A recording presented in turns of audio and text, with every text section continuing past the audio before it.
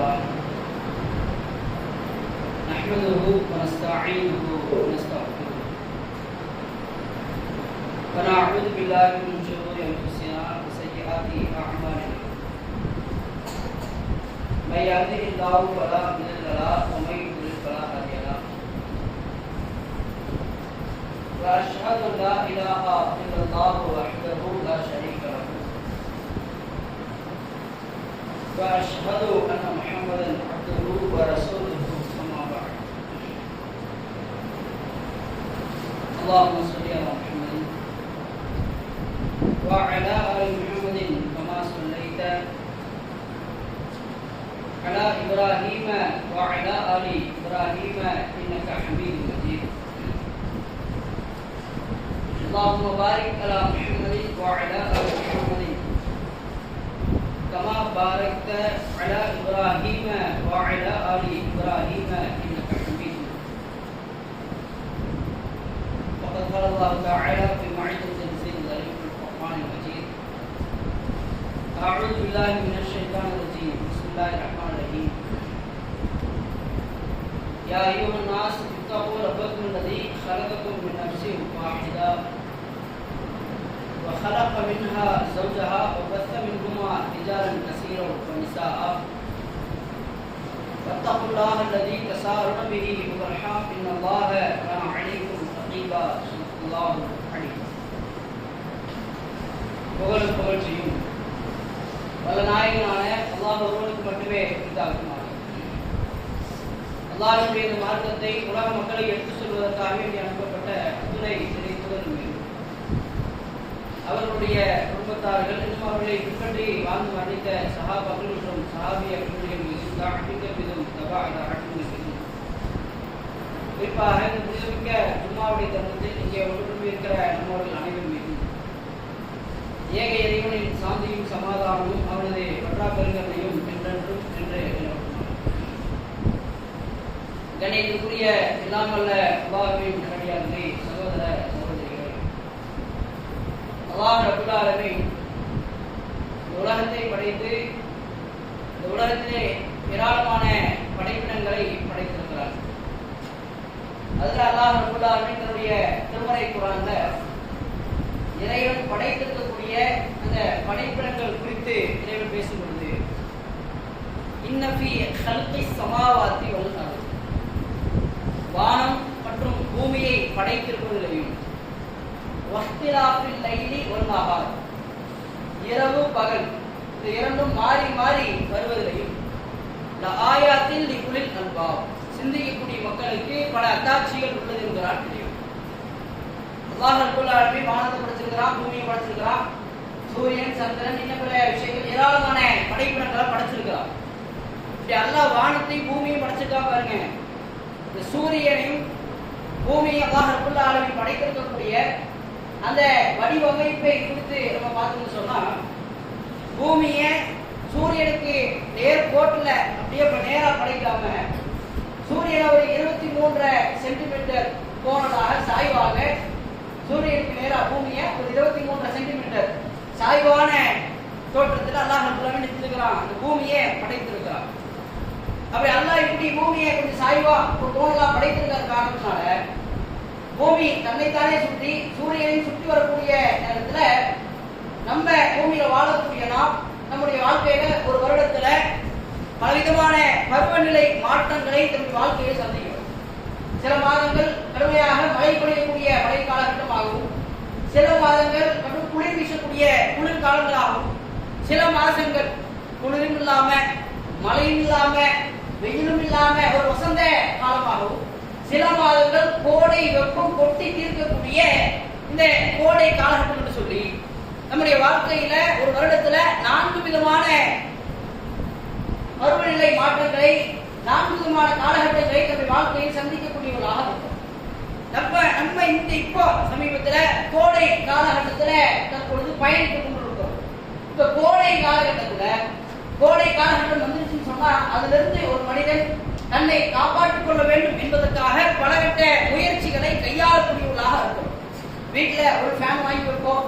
கோடை காலம் வந்துருச்சுன்னு சொன்னா ஃபேன் காத்தெல்லாம் பத்தாது, ஃபேனை 5 லட்சம் வச்சாலும் பத்தாது. உடனே என்ன பண்ணு, பொருளாதார வசதி சொன்னா வீட்டுல ஒரு ஏசியை வாங்கி மாட்டு, நல்ல ஒரு 1.5 டன் 2 டன்ல நல்ல கூலிக்கு வரக்கூடிய அளவுல ஒரு ஏசியை வாங்கி மாட்டு. கரண்ட் எவ்வளவு வந்தாலும் பரவாயில்ல, கோடை காலத்தை எப்படியாவது கழிச்சிடணும் என்பதற்காக கோடை காலத்திலிருந்து தப்பிக்க வேண்டும் என்று சொல்லி அதற்குண்டான பல வழிமுறைகளை கையாளக்கூடியவர்களாக இருக்கும். சரி, ஏசி வாங்க முடியலையா, அட்லீஸ்ட் ஒரு ஏர் கூலராவது வாங்கி வை.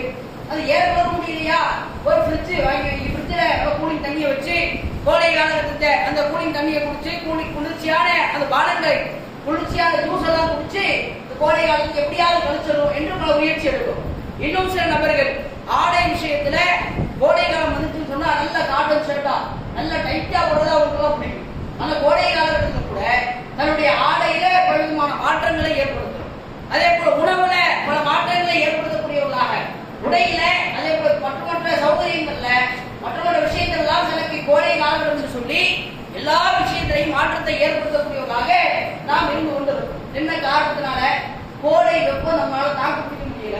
இந்த கோடை காலகட்டத்துல சூரிய வெப்பத்தினுடைய அந்த தாக்கம் ரொம்ப அதிகமா இருக்குது. அதனால இதுல இருந்து எப்படியாவது தப்பிக்கணும்னு சொல்லி அதற்குண்டான பலவித முயற்சிகளை கையாளக்கூடியவர்களாக இருக்கும். நம்ம இப்படி கோடை காலகட்டம் சூரியன் இப்படி சுட்டரிக்கக்கூடிய இந்த சூழ்நிலை எதனால ஏற்படுது? சூரியன் ஒருவேளை சூரியனுக்கு பக்கத்துல பூமி போயிருச்சோ என்கிற ஒரு சிந்தனையில் நம்ம யோசிச்சு பார்த்தோம்னா, பூமிக்கும் சூரியனுக்கும் மத்தியில இடைப்பட்ட அந்த தொலை தூரத்தை ஆய்வுகள் செய்து ஆய்வாளர்கள் அறிக்கையாக வெளியிடுறாங்க. பூமிக்கும் சூரியனுக்கும் மத்தியில் இருக்கக்கூடிய அந்த தொலை தூரம் எவ்வளவு தெரியுமா? 150 மில்லியன் கிலோமீட்டர்.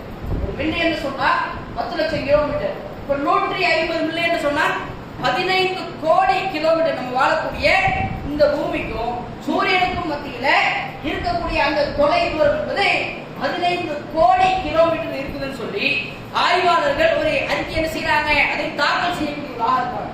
15 கோடி கிலோமீட்டருக்கு அந்த பக்கம் இருக்கக்கூடிய அந்த சூரிய வெப்பத்தை இன்றைக்கு நம்மளால தாக்கு பிடிக்க முடியல. அதற்காக பலவித முயற்சியை கையாளக்கூடிய நம்ம, கோடை காலத்தை பற்றி யோசிக்கக்கூடிய நம்ம, நாளை மறுமையில அல்லாஹ்வுடைய சன்னிதானத்துல போய் நிற்கக்கூடிய நேரத்துல இறைவன் சூரியன் நெருக்கத்துல கொண்டு வந்து நிறுத்துவானே, அந்த நேரத்தை நம்ம நினைச்சு பார்த்துக்கிறோம். இந்த கோடை காலத்தை அல்லாஹ் கொடுக்குறான்னு சொன்னா இந்த கோடை காலத்தின் மூலமாக, கோடை வெப்பத்தின் மூலமாக நாளை மறுமையை நினைவு கூறக்கூடியவர்களாக. இந்த வெயிலே இப்படி இருக்குதுன்னா, இந்த வெப்பமே என்னால தாங்க முடியலன்னு சொன்னா நாளை மறுமையில அந்த சூரிய வெப்பத்தை என்னால எப்படி தாங்க முடியும்? இந்த வெப்பத்தை என்னால தாக்கு பிடிக்கிறேன்னு சொன்னா நாளை நரக நெருப்பெல்லாம் தயாரித்து வச்சிருக்கிறாரே, அந்த நரக நெருப்பு எவ்வளவு மோசமாக இருக்கும் என்பதை கோடை காலகட்டத்துல அந்த நரகத்தை பற்றி சிந்திக்கக்கூடியவர்களாக அல்லாஹ் ரப்பல் ஆலமீன் தன்னுடைய திருமறையில் சொல்லி காட்டுறார். சஹாபாக்கள் எல்லாம் ஒரு போர்க்களத்திற்காக வேண்டி போறாங்க, பயணம் பண்றதுக்காக தயாரா இருக்கிறாங்க. அப்போ சில முனாஃபிக்கள், சில பயவந்தர்கள் என்ன செய்யறாங்கன்னா, அந்த சஹாபாக்கள்கிட்ட வந்து அப்படி உள்ளத்துல ஒரு விதமான எண்ணத்தை தூண்டுறாங்க. எந்த மாதிரி சொல்றாங்கன்னா, போர்க்களத்துக்கு தயாராகி போறாங்க. கடுமையான வெயில் வெப்பம் கொத்தரிக்கக்கூடிய அந்த காலகட்டம், கடும் கோடை காலகட்டம், அதுல தயாராகக்கூடிய நேரத்துல சில முனாஃபிக்கள் சொல்றாங்க, லா தன்ஃபிரு ஃபில் ஹர், என்ன வெயிலா இருக்குது, சூரிய வெப்பத்தின் தாக்கம் ரொம்ப அதிகமாக இருக்குது, இந்த வெயிலையா நீங்க போருக்கு போக போறீங்க, இந்த வெயிலையா நீங்க போய் போர் செய்ய போறீங்க என்று கேட்கக்கூடிய நேரத்துல அவருடைய உள்ளத்துல ஒரு விதமான சஞ்சாரம் ஏற்படுது. ஆமா, வெயில் ரொம்ப ஜாஸ்தியா இருக்குது, கொஞ்ச நேரம் ஆகட்டுமே, கொஞ்ச நேரம் வெயில் தாழ்ந்ததுக்கு அப்புறம் போய்க்கலாமே என்கிற ஒரு மனோபக்குவத்துக்கு வர்றாங்க. நீங்க நம்முடைய வாழ்க்கையை எடுத்து பாருங்களேன். இங்க இருந்து கோயம்புத்தூர் வரைக்கும் வண்டியில ஒரு வேலையா போகணும்னு சொன்னா மதிய நேரம் ரொம்ப வெயிலா இருக்குது, காலைல 11 மணி 12 மணி கடுமையான வெயிலா இருக்கு, ஒரு சாயந்தரம் ஆகட்டுமே, ஒரு 4 மணி 4:30 மணி 5 மணி ஆகல, அசருக்கு அப்புறம் போய்க்கலாம் அப்படிதான் நினைப்போம். அப்ப அந்த சகாபாக்களுடைய உள்ளத்துல ரொம்ப வெப்பம் ரொம்ப ஜாஸ்தியா இருக்குது, சரி கொஞ்ச நேரம் கழிச்சு போய்க்கலாம் என்று அவங்க அப்படியே பின்வாங்கக்கூடிய நேரத்துல அல்லாஹ் ரப்பல் ஆலமீன் அந்த மக்களுக்கு சுட்டி காட்டுகிறார், இன்ன ஜஹன்னம், நாளை மறுமையில அல்லாஹ் தயாரிக்கக்கூடிய அந்த நரகத்தை குறித்து சொல்றார். நாரு ஜஹன்னம், நரகத்துடைய நெருப்பு இருக்குதுவா, அந்த நரகத்துடைய நெருப்பு என்பது அஷத்து ஃபில் ஹர்ரா, இந்த வெப்பத்தை விட பன்மடங்கு கடுமையானது என்று அல்லாஹ் தன் திருமறை குர்ஆன்ல சொல்லியிருக்கார். நரக நெருப்பு என்பது சாதாரணமான விஷயம் இல்ல. நம்ம நினைக்கிற மாதிரி ஒரு நெருப்பு குண்டத்தை இருக்கும், ஒரு நெருப்பு இருக்கும், அந்த நெருப்புல எல்லாம் தூக்கி போடுவா, அந்த மாதிரியான ஒரு நரகம் அல்ல. நரகம் என்பது நாம் நினைத்து பார்க்க முடியாத அளவிற்கு மிக மோசமானதாக இருக்கும். அல்லாஹ்வுடைய தூதர் நபிகள் பெருமானார் ஸல்லல்லாஹு அலைஹி வஸல்லம் அவங்க சொர்க்கத்தை குறித்து சொல்றாங்க. அல்லாஹ் சொன்னதாக சொர்க்கத்தை குறித்து அல்லாஹ்வுடைய தூதர் அவங்க சொல்றது, அல்லாஹ் ரப்பல் சொன்னதாக அல்லாஹ் தூரம் சொல்றாங்க. அஅதத்து லிஇபாதி ஸாலிஹீன், என்னுடைய நல்ல அடியார்கள், நல்லடியார் இருக்காங்கல்ல, சாலிஹான அடியார்களுக்காக வேண்டி மாலா ஐனுன் ரஅத், எந்த ஒரு கண்களும் பார்த்திராத ஒரு இன்பத்தை, வலா உதுனுன் சமிஅத், எந்த ஒரு காதும் கேட்டிராத, அதை பற்றி எந்த ஒரு காதுமே கேட்டிராத அளவுக்கு உண்டான ஒரு இன்பத்தை, வலா ஹதர அலா கல்பி பஷர், எந்த மனிதனுடைய உள்ளமும் கற்பனை செய்து கூட பார்க்க முடியாத அளவுக்கு ஒரு இன்பத்தை, ஒரு சுகபோகத்தை நான் தயார் செஞ்சு வச்சிருக்கேன்னு சொல்லி அல்லாஹ் சொன்னதாக அல்லாஹ்வுடைய தூதர் வந்து சொர்க்கத்தினுடைய இன்பம் ரொம்ப பயங்கரமா இருக்கும், சொர்க்கத்தினுடைய இன்பங்கள் அற்புதமா இருக்கும்னு சொல்லி அல்லாஹ்வுடைய தூதர் அவங்க அல்லாஹ் சொன்னதாக சுட்டி காட்டுறாங்க. அதே அல்லாஹ்வுடைய தூதர் நரகத்தை குறித்து வர்ணிச்சு சொல்றாங்க. எப்படி வர்ணிக்கிறாங்க? நரகம் என்பது ரொம்ப சாதாரணமான விஷயம் இல்ல. நரகம் எப்படி இருக்கும் தெரியுமா? மறுமை நாள்ல அல்லாஹ்வுடைய சன்னிதானத்திலே இருக்கக்கூடிய நேரத்துல நரகம் மலக்குமார்களால், அந்த மலக்குமார்கள் நரகத்தை அப்படியே கட்டி இழுத்துட்டு வருவாங்க. எப்படி கட்டி இழுத்துட்டு வருவாங்க? 70,000 சங்கிலிகளால், 70,000 சங்கிலிகளால் அந்த நரக நெருப்பு, அந்த நரகம் என்பதை கட்டி அந்த நரகத்தை இழுத்துட்டு வருவாங்க. அது ஒவ்வொரு சங்கிலியிலுமே 70,000 மலக்குமார்கள் இடம் பெற்றிருப்பார்கள் சொல்லி அல்லாஹ்வுடைய தூதர் அவனை சுட்டி காட்டுறாங்க. அவ்வளவு பிரம்மாண்டமாக நம்ம நினைக்கிற மாதிரி சாதாரண விஷயம் இல்ல. 70,000 சங்கிலிகள்ல ஒவ்வொரு சங்கிலியிலுமே 70,000 மலக்குமார்கள் இருக்காங்கன்னு சொன்னா எவ்வளவு பிரம்மாண்டமாக தான் இருக்கும். அல்லாஹ் தஆலா அந்த நரகத்தை குறித்து தன்னுடைய திருமறை குர்ஆன்ல சுட்டி காட்டுறான். இன்ன ஜஹன்னம கானத் மிர்சாதா, நிச்சயமாக இந்த நரகம் என்பது சில மக்களை எதிர்பார்த்து காத்து கொண்டிருக்கிறது. எந்த மாதிரியான மக்கள்? அதையும் அல்லாஹ் அந்த குர்ஆன்ல வசனத்தை விளக்கி சொல்லும் பொழுது லித்தாகீன மஆபா, வரம்பு மீறுபவர்களுக்கு அந்த நரகம் தங்குமிடமாக இருக்கிறது. லாபிசீன ஃபீஹா அஹ்காபா, அந்த நரகத்தில் சிறிது நாட்கள் அல்ல, யுகம் யுகமாக அவர்கள் அங்கே தங்குவார்கள். லா யதுகுன ஃபீஹா பர்த வலா ஷராபா, அந்த நரகத்தில் தண்ணீரையோ குடிபானத்தையோ குளிர்ச்சியான பானங்களையோ அவர்கள் அருந்த மாட்டார்கள். இல்லா ஹமீமோ வ கஸ்ஸாகா, அந்த நரகத்துல சீல் சலத்தை கொதி நீரையும் தவிர வேறு எதையுமே அவங்க செய்ய மாட்டாங்க, குடிக்க மாட்டாங்கன்னு சொல்லி அல்லாஹ் ரப்பல் ஆலமீன், நரகம்ங்கிறது சாதாரணமான விஷயம் இல்லப்பா, ரொம்ப பயங்கரமா இருக்கும். அது இருக்கக்கூடிய தண்டனைகள் குறைந்தபட்ச தண்டனையே நெருப்பால் ஆன செருப்பு அவர்களுக்கு அணிவிக்கப்படும். அந்த செருப்பினுடைய வெப்பத்தின் காரணத்தினால் அவருடைய மூளை உருகி ஓடும் சொல்லி அல்லாஹ்வுடைய தூதர் நபிகள் பெருமானார் ஸல்லல்லாஹு அலைஹி வஸல்லம் அவங்க நமக்கு இந்த செய்தியை சுட்டி காட்டுறாங்க.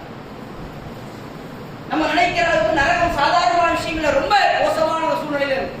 அந்த நரகத்துக்கு நம்ம போயிடக்கூடாது அப்படின்னு சொன்னா உலகத்துல வாழும் பொழுதே நமக்கு அல்லாஹ் கொடுக்கக்கூடிய வாழ்க்கையை சரியான முறையில நன்மையை சேர்க்கக்கூடியவர்களாக இருக்கணும், நன்மையை அதிகமாக திரட்டக்கூடியவர்களாக இருக்கணும். தன் பிள்ளைகளுக்கு, தன் மனைவிகளுக்கு, தன் குடும்பத்தார்கள் அனைவருக்குமே நன்மையை திரட்டுவதற்குண்டான ஒரு வாய்ப்பாக இந்த வாழ்க்கையை நம்ம அமைச்சுக்கணும். நம்ம எல்லாம் நினைச்சுக்கிறோம் நரகம் ஒண்ணு இருக்குது, அல்லாஹ் படைச்சு வச்சிருக்கிறா, அந்த நரகத்துக்கு யார் போவா தெரியுமா? அல்லாஹ் வணங்காதவங்க தான் போவாங்க, அல்லாஹ்வுக்கு மாறு செய்யறவங்க தான் போவாங்க, அல்லாஹ்வுக்கு ஷிர்க் வைக்கிறவங்க தான் போவாங்க என்று நினைத்துக் கொண்டிருக்கிறோம். அல்லாஹ் ரப்பல் ஆலமீன் தன்னுடைய திருமறை குர்ஆன்ல சில நஷ்டவாளிகளை குறித்து அல்லாஹ் பேசுகிறார். வமன் ஹஃபத் மவாசீனுஹு, யாருடைய நன்மையினுடைய எடை மிக லேசாக ஆகிவிட்டதோ, ஃபஉலாயிக அல்லதீன ஹஸிரு அன்ஃபுஸஹும் பிமா கானூ பிஆயாத்தினா யظلمون, நம்முடைய வசனங்களின் மூலமாக நம்முடைய வசனங்களுக்கு அநீதி இழைத்த காரணத்தினால் சில மக்கள் தங்களுக்கு தாங்களே அநீதி இழைத்துக் கொண்டார்கள். அல்லாஹ்வுடைய வசனத்தை அல்லாஹ் சொன்ன அடிப்படையில தன்னுடைய வாழ்க்கையை அமைச்சுக்காம, நன்மையை திரட்டிக்காம தன் வாழ்க்கையை கடந்து சென்ற மக்கள் அவங்க தங்களுக்கு தாங்களே அநீதி இழைத்துக் கொண்டார்கள். மறுமையில கை சேதமடைந்தவர்களாக, நஷ்டவாளிகளாக ஆகிவிடுவார்கள் என்று அல்லாஹ் தன் திருமறை குர்ஆனில் சுட்டிக்காட்டுகிறார்.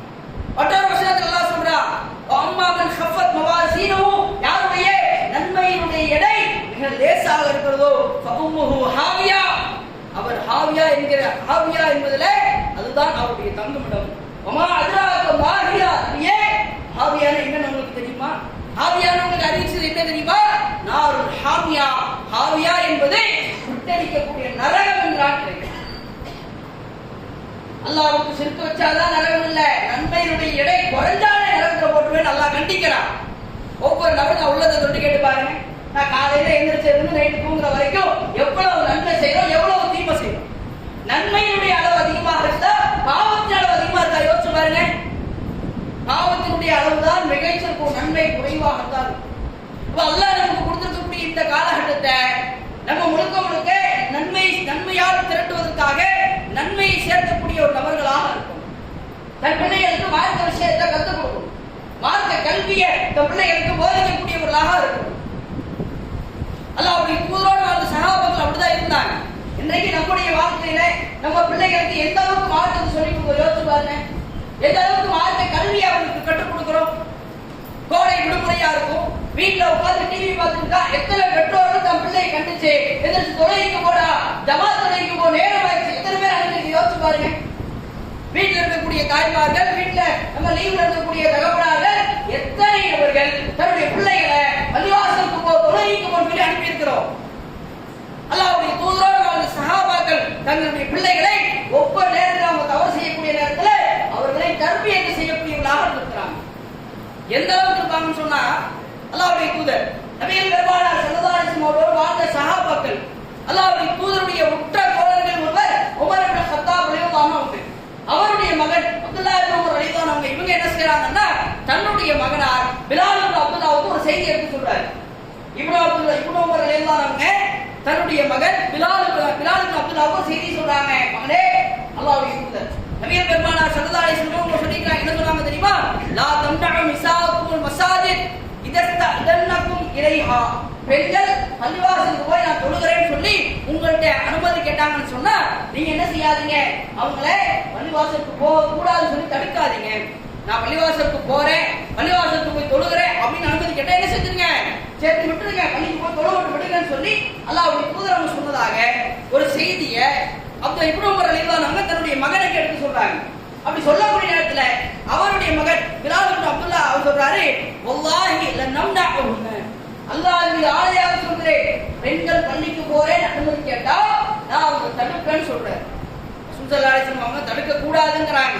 இவர் செய்யாரு, நான் தடுப்பேன், அல்லாஹ்வை சத்தியமா தடுப்பேன் அப்படின்னு சொன்ன உடனேவே இந்த அறிவிக்கக்கூடிய ஒரு அறிவிப்பாளர் சொல்றாரு, ஃபஸப்பஹு ஸப்பல் ஷையன் மா சமிஅத்துஹு ஸப்பஹு மிஸ்ல கத்தா. அப்துல்லாஹ் இப்னு உமர் ரலியல்லாஹு அன்ஹு அவர் இப்படி சொல்றாங்க. அப்துல்லாஹ் இப்னு உமர் ரலியல்லாஹு அன்ஹு இருக்காங்கல்ல, இவரே யாருக்கிட்டயுமே எந்த விதமான சண்டை சச்சரவுக்குமே போக மாட்டாங்க.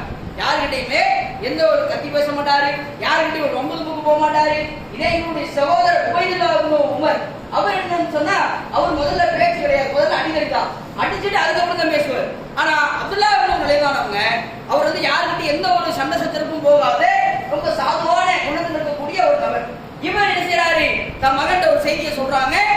அவர் அல்லாஹ்வுடைய தூதருடைய வார்த்தைக்கு மாத்தமா நான் தடுப்பேன்னு சொன்ன மாத்திரத்துல இவர் என்ன செய்யறாருன்னா தன்னுடைய மகனை ஓங்கி நெஞ்சு பகுதியில ஒரு அடி அடிச்சு விட்டு அவர்கிட்ட ஒரு செய்தியை சொல்றாரு. நான் நபி ஸல்லல்லாஹு அலைஹி வஸல்லம் அவர்கள் சொன்னதாக ஒரு செய்தியை உனக்கு நான் எடுத்து சொல்கிறேன்.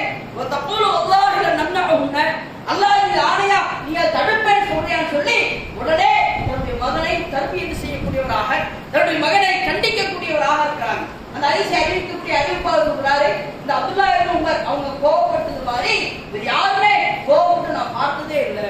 இவர் திட்டின மாதிரி வேற யாருமே இன்னொரு நபரை திட்டி நான் பார்த்ததே இல்லை. அவ்வளவு கோபப்பட்டாங்க, அவ்வளவு கடுமையாக தன் மகனை திட்டினாங்க என்று சொல்லி அந்த ஹதீஸை அறிவிக்கக்கூடிய அறிவிப்பாளர் இந்த அப்துல்லாஹ் இப்னு ரலியல்லாஹு அவருடைய அவர்களை பற்றி எடுத்து சொல்றாங்க. அப்ப அன்னைக்கு வாழ்ந்த சஹாபாக்கள் தன் மகன் தவறு செய்யறாங்கன்னு சொன்னா, குர்ஆனுடைய வசனங்களுக்கு மாற்றமாக நடக்கிறாங்கன்னா, ஹதீஸுக்கு மாற்றமாக நடக்கிறாங்கன்னு சொன்னா உடனே அவரை கண்டித்து தர்பியத் செய்யக்கூடிய ஒரு பணியை அன்னைக்கு வாழ்ந்த சஹாபாக்கள் செஞ்சிருக்கிறாங்க. இன்னைக்கு நம்மள எத்தனை பேர் அந்த பணியை செய்ய யோசிச்சு பாருங்க. நம்மள இன்னும் மார்க்க கல்வி எத்தனை பேர் கற்றுக் கொடுக்கிறோம், எத்தனை பேர் நம்மள மார்க்க பள்ளிவாசலோடு தொடர்பை ஏற்படுத்தும் சொல்லி பள்ளிவாசலுக்காக நம்ம அனுப்பி வைக்கிறோம். முதல்ல நம்மள எத்தனை பேர் நம்ம பள்ளிவாசல் தொடர்புல யோசிச்சு பாருங்க.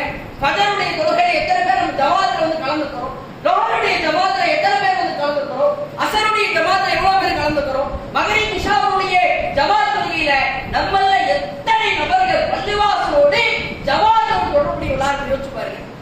நரகம்னு ஒண்ணு இருக்குது, மறுமைன்னு ஒண்ணு இருக்குது. நன்மை செய்யலன்னா நரகத்தை அல்லாஹ் தூக்கி போடுவான். எல்லா விஷயமும் தெரியும், தெரிந்தும் கூட அந்த விஷயத்துல பொடுபோக்கு தன்னுடையவர்களாக அல்லாஹ்வுடைய நம்ம சர்வசாதாரணமா நினைக்கக்கூடிய விஷயங்கள் அல்லாஹ்வுடைய ஒரு கடுமையாக கண்டிக்கக்கூடியவர்களாக இருக்கிறாங்க.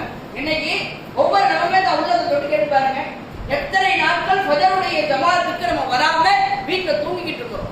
அல்லாஹ்வுடைய தூதர் நபிகள் பெருமானார் ஸல்லல்லாஹு அலைஹி வஸல்லம் அவங்க சுட்டி காட்டுறாங்க, தொழுகை முடித்துட்டு சஹாபாக்களுக்கு சொல்றாங்க, யாரெல்லாம் ஃபஜர் தொழுகைக்கு பள்ளிவாசலுக்கு வராம வீட்டுல தூங்கிக்கிட்டு இருக்கிறாங்களோ அவரவர்களுடைய வீட்டுக்கு சென்று விரல் கட்டை எடுத்து அவங்க வீட்டை போட்டு அப்படியே வீட்டோட கொளுத்த வேண்டும் என்று ஆசைப்படுகிறேன் சொல்லி அல்லாஹ்வுடைய தூதர் கண்டிக்கக்கூடிய அளவிற்கு மிக மோசமான ஒரு பழக்கம் தொழுகைக்கு வராம வீட்டுல தூங்குறது.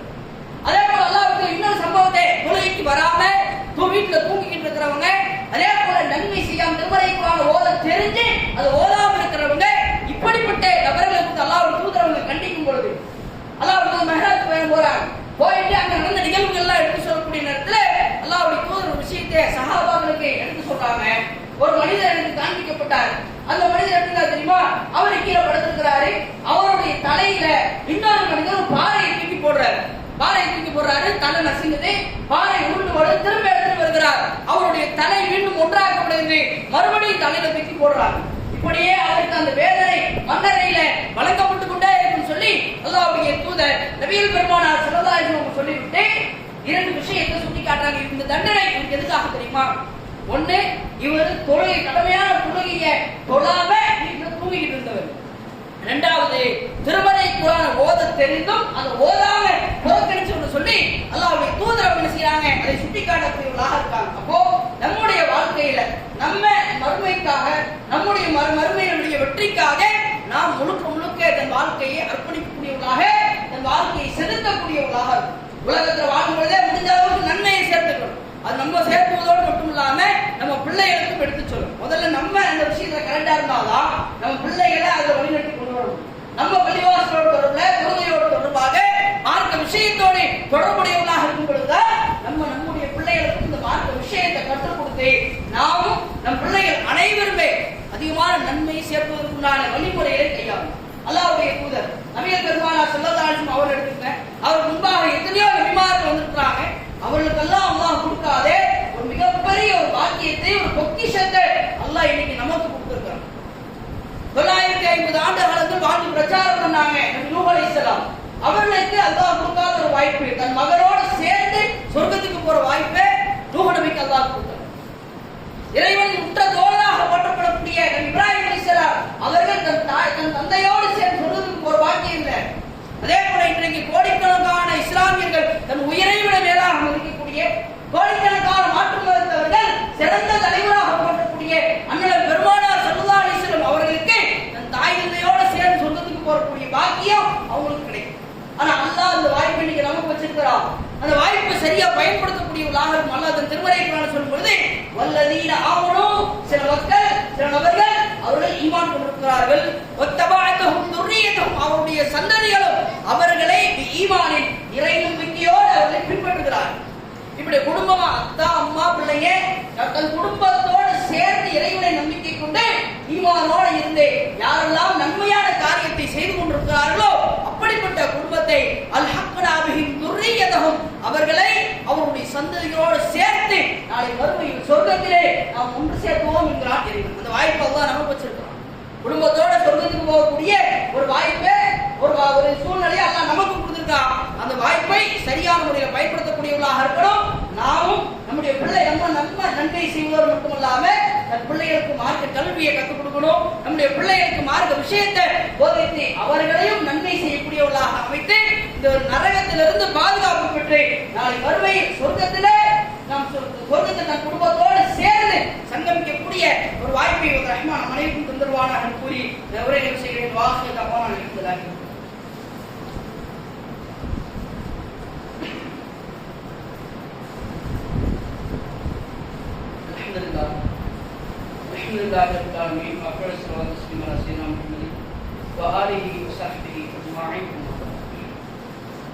கண்ணியத்திற்குரிய எல்லாம் வல்ல அல்லாஹ்வின் நல்லடியார்களே,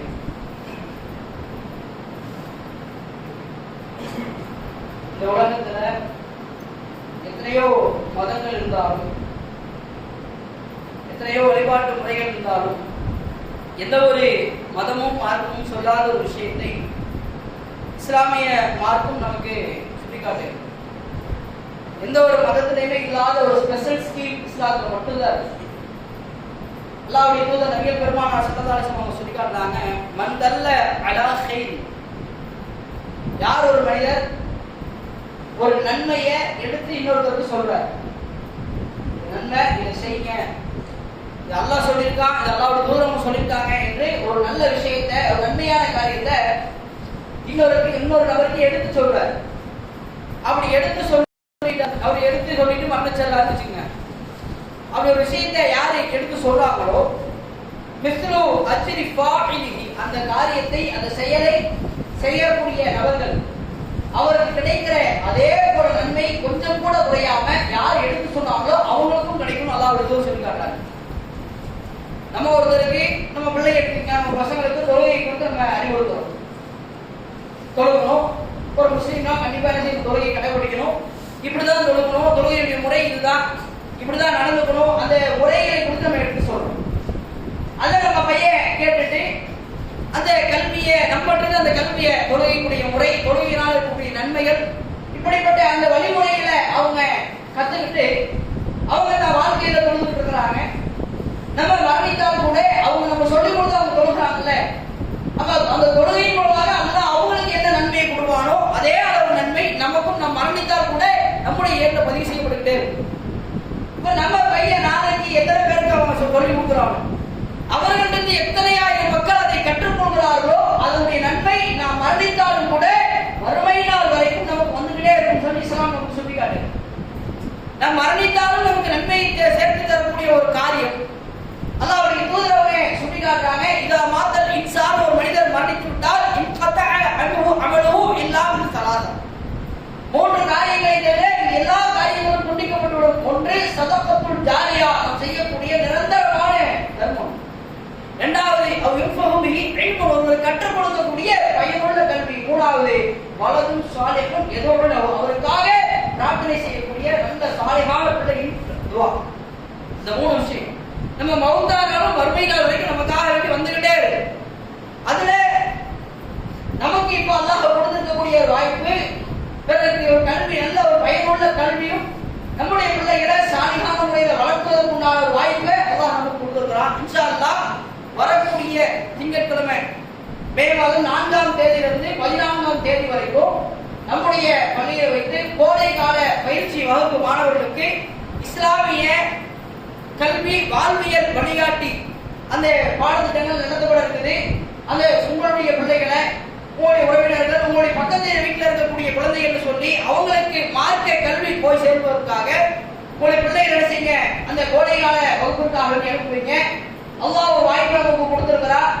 இந்த நம்முடைய பிள்ளைகள் மற்றவருடைய பிள்ளைகளுக்கு மார்க்கத்தை அவங்க தெரிஞ்சுக்கணும் நம்ம சேர்த்து விடுறது என்பது இதுல இரண்டு விதமான நன்மைகள் நமக்கு ஏற்படும். ஒரு பழமொழி கூட சொல்லுவாங்க, பொது நலத்திலும் ஒரு சுயநலம் ஒன்று சொல்லுவாங்க, கேள்விப்பட்டிருப்போம். நம்ம மற்றவங்க நம்ம மார்க்கத்தை தெரிஞ்சுக்கிட்டு அவங்க நல்லபடியா இருக்கணும், நன்மையை சேர்த்து நினைச்சு செஞ்சோம்னு சொன்னா அவர்களுடைய நலன்ல அக்கறை கொண்டு செய்யும் பொழுது அவங்க நம்ம சொல்லி அவங்க மார்க்கத்தில் அவங்க வந்து மதசாவில் சேர்ந்து அவங்க மார்க்க கல்வியை கற்றுக்கிட்டு அவங்க நன்மையை கடைபிடிக்கிறாங்கன்னு சொன்னா அவங்க சேருவதற்கு ஒரு வழிவகையாக இருந்த நமக்கும் அவர்கள் செய்யக்கூடிய நன்மையிலிருந்து எந்த நன்மை அவங்களுக்கு, அந்த காரியத்திலிருந்து எவ்வளவு நன்மை அவங்களுக்கு போய் சேருதோ அதிலிருந்து ஒரு பங்கு நமக்கும் வந்து கொண்டே இருக்கும் என்பதை தன் உள்ளத்தில் ஆழமாக பதிய வைத்து பல மக்களுக்கு, பல குழந்தைகளுக்கு மார்க்க கல்வி சென்றடைவதற்கு உண்டான ஒரு வழிவகையை நாம் ஏற்படுத்தக்கூடியவர்களாக இருந்து அதன் மூலமாக நாமும் நம் குடும்பத்தார்கள் அனைவரும் அதிகமான நன்மைகளை பெற்று நாளை மறுமையில் ஜன்னத்துல் ஃபிர்தௌஸ் என்ற சொல்வதில் நபிகள் பெருமானார் ஸல்லல்லாஹு அலைஹி வஸல்லம் அவரோடு சேர்ந்து இருக்கக்கூடிய ஒரு வாய்ப்பையும் பாக்கியத்தையும் எல்லாவற்றையும் நம் அனைவருக்கும் தந்தருமாறு கூறி வாய்ப்பை தெரிவிக்கும் நபி உலகிற்கு அஸ்ஸலாமு அலைக்கும் வரஹ்மத்துல்லாஹி வபரகாத்துஹு.